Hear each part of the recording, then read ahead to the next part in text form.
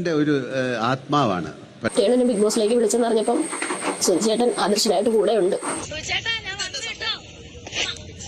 അവസാനം ലാലേട്ടനും അത് സമ്മതിച്ചു.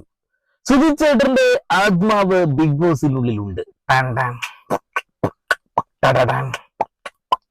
അതെ, അങ്ങനെ ആത്മാവ് ആ ഒരു ഗെയിമിലേക്ക് കടന്നിരിക്കുന്നു. രേണുസുതി പറഞ്ഞതൊക്കെ സത്യമായി കൊണ്ടിരിക്കുന്നു എന്നുള്ളതാണ്. പോകുന്നതിന് മുന്നേ തന്നെ ഓരോന്ന് പ്ലാൻ ചെയ്ത് അകത്തേക്ക് ചെല്ലുന്നു.